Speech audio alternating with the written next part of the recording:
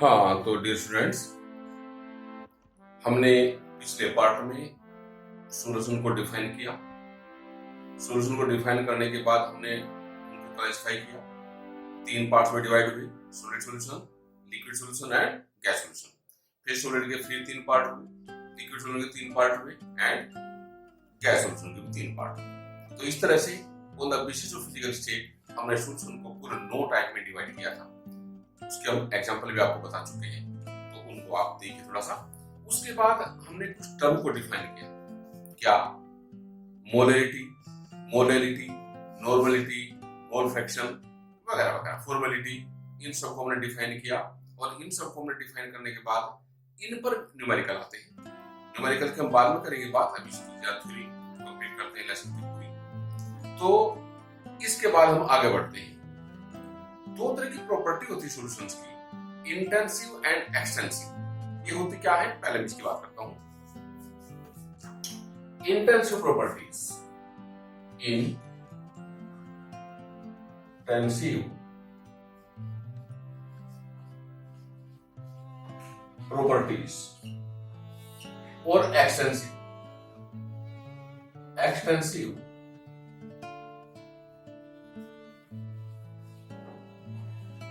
Properties. ये होती क्या है, intensive properties are those properties which do not depend upon the quantity of matter. Intensive properties are those properties which do not depend upon the quantity of matter. यानी जो उसकी matter की quantity पर यानी उसके मास पर डिपेंड नहीं करती, ऐसी प्रॉपर्टी को क्या बोलते हैं, इंटेंसिव। जैसे टेम्परेचर, डेंसिटी। आपके पास एक बाल्टी पानी की है, एक बाल्टी पानी में से आपने एक कप पानी का बाहर निकाल दिया, तो जो पानी बचा, टेम्परेचर तो नीचे जो है टेम्परेचर तो उनका सेम रहेगा, तो टेम्परेचर एक extensive property, intensive property. Density, आपके पास दूध है 2 किलो, उसमें आपने चीनी घोल रखी है, उसमें कुछ दूध आपने बाहर निकाल लिया, तो जो दूध बचा डेंसिटी नहीं होगा। तो कुछ ऐसी प्रॉपर्टी मेरे कहने का थिकनेस, मेरे कहने का मतलब ये कि वो प्रॉपर्टी जो क्वांटिटी पर डिपेंड नहीं करती उसको क्या बोलते हैं, इंटेंसिव। और जो डिपेंड करती है, तो the properties which depend upon the quantity of matter are extensive properties. जो डिपेंड करती है, बोलिए आपके पास एक बाल्टी पानी की, आपने 2 मग बाहर निकाल लिए, तो चीज होगा। तो इस तरह की प्रॉपर्टी क्या होती है, ये एक्सटेंसिव। क्लियर। अब हमें इस लेसन में थोड़ा सा अंदर जाना है। क्या colligative properties of solution, it is very important. Colligative properties of solution ये क्या होती है, उस पर कोलिगेटिव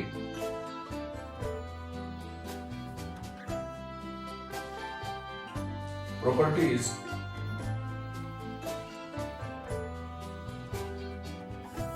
अब ये प्रॉपर्टी होती क्या है, इसके बाद किसी सॉल्यूशन की ऐसी प्रॉपर्टी जो सॉल्यूट के मोल्स पर डिपेंड करती है, किसके, सॉल्यूट के मोल्स पर डिपेंड करती है, जिनका अदर प्रॉपर्टी से कोई लिंक नहीं होता, ऐसी प्रॉपर्टीज को क्या बोलते हैं, colligative. The properties which depend upon the moles of solute and solvent, दोनों, यानी खाली मोल्स पे लेके ध्यान रखना, जिनका उनके कंपोजिशन से कोई मतलब नहीं होता, those properties are known as colligative properties। अणुसंख्यक गुण बोलते हैं इसको हिंदी में, अणुसंख्यक गुण। यानी ऐसी प्रॉपर्टी जो विलेय और विलायक दोनों के मोल पर डिपेंड करती है, उनको हम कोलिगेटिव प्रॉपर्टी कहते हैं। और ये कोलिगेटिव प्रॉपर्टी होती है 4। क्या क्या, number 1 osmotic pressure, osmotic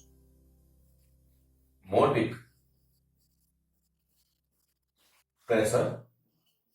number 2 elevation of boiling point।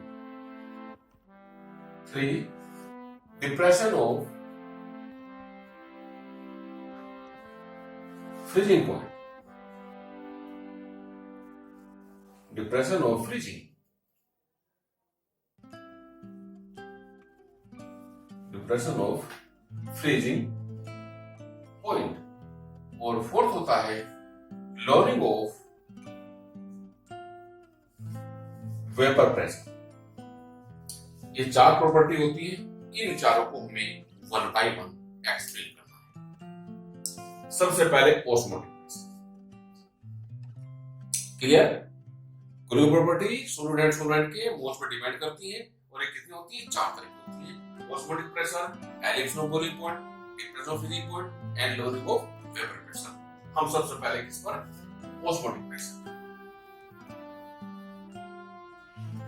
Osmotic pressure को डिफाइन करने से पहले हमें ऑस्मोसिस को जानना होगा। ऑस्मोसिस होता क्या है? आपने किशमिश खाई, अगर आप किशमिश को पानी में डाल दें तो किशमिश क्या हो जाए? स्वेलिंग हो जाती है, यानी रेजिन्स क्या करती है? फूल जाती है। It is osmosis. Osmosis and diffusion, ये दोनों एक दूसरे की अपोजिट प्रोसेस होती है। क्या क्या? Osmosis and diffusion. ऑस्मोसिस में क्या होता है कि when two solutions of different concentrations are separated by a semi-permeable membrane, the flow of particles from a solution having lower concentration moves in the direction of higher concentrated solution. आपने दो solution लिए जिनकी concentration अलग अलग है, आपने उनको semi permeable membrane अर्धपारगम्य में झिल्ली सेमी परमेबल मेम्ब्रेन से सेपरेट कर दिया तो लो कंसंट्रेशन वाला जो सॉल्यूशन है वो हायर कंसंट्रेशन की तरफ जाना शुरू कर देता है। इस प्रोसेस को हम क्या बोलते हैं? Osmosis. The movement of particles from lower concentration to higher concentration through a semi-permeable membrane is known as osmosis। जैसे रेजेंट्स को पानी में डाल देते हैं तो फूल जाते हैं। डिफ्यूजन इसका उल्टा होता है। The movement of particles from higher concentration to lower concentration is known as diffusion। तो osmosis and diffusion ये दोनों एक दूसरे की अपोजिट रिएक्शन होती है। मैं फिर रिपीट कर रहा हूँ।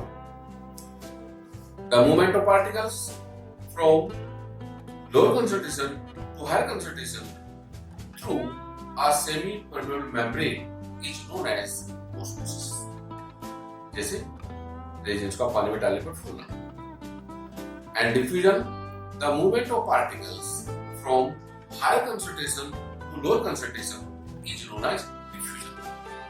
जैसे आप कैंपर की गोली को रख दीजिए, उसकी मेहनत दूर तक जाती है, तो from higher to lower concentration movement होता है पार्टिकल्स का, क्या बोलते हैं।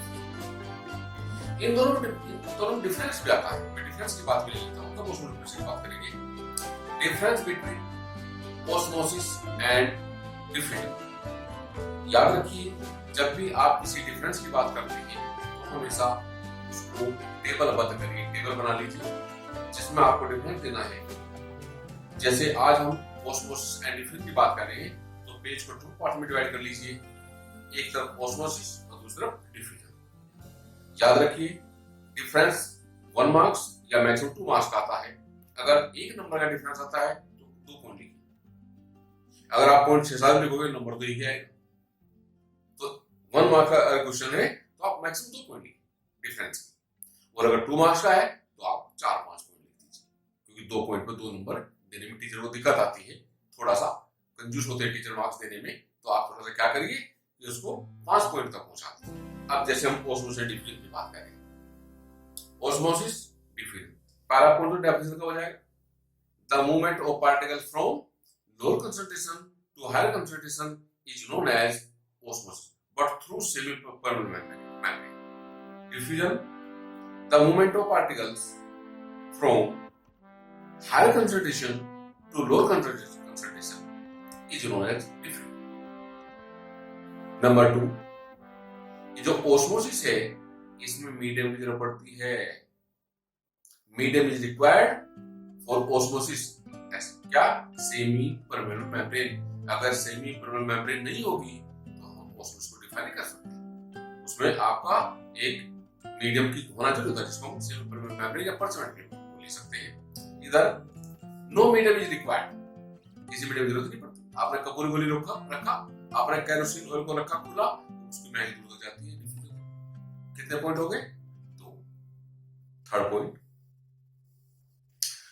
ऑस्मोसिस को आप रोक सकते हैं by applying external pressure. Osmosis को आप रोक सकते हैं by applying external pressure, but diffusion can't be stop. एक बार शुरू हो गया डिफ्यूजन तो लगातार होता रहेगा।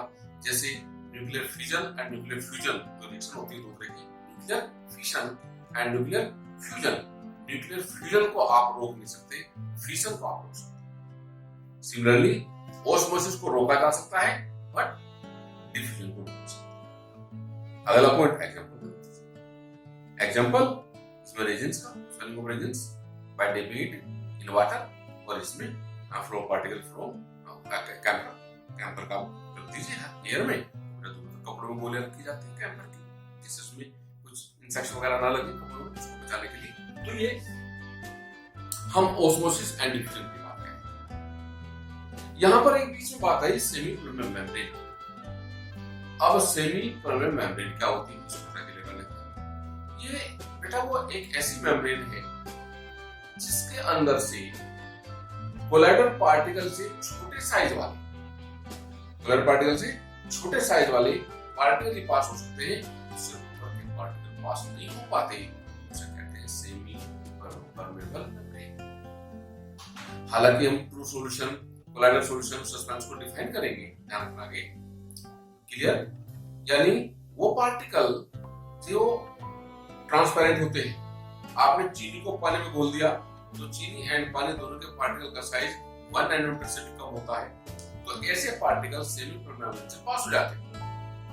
लेकिन जिनका साइज 1 नैनोमीटर से ज्यादा होता है वो इससे पास नहीं पाते, उसको क्या बोलते हैं? Semi permeable membrane. क्लियर? अब ये कुछ टर्म थी जिसको हम डिफाइन कर रहे थे, इसके बाद हम आते हैं यहां पर कहां post. Clear? It is very important. क्या? When a solvent and a solution, when a solvent and a solution get separated by a semi-permeable membrane, the flow of solvent particles starts and move in the direction of solution. It is known as osmosis. The external pressure applied on solution which is capable to prevent the osmosis is known as osmosis. ये बात clear? ये समझिए।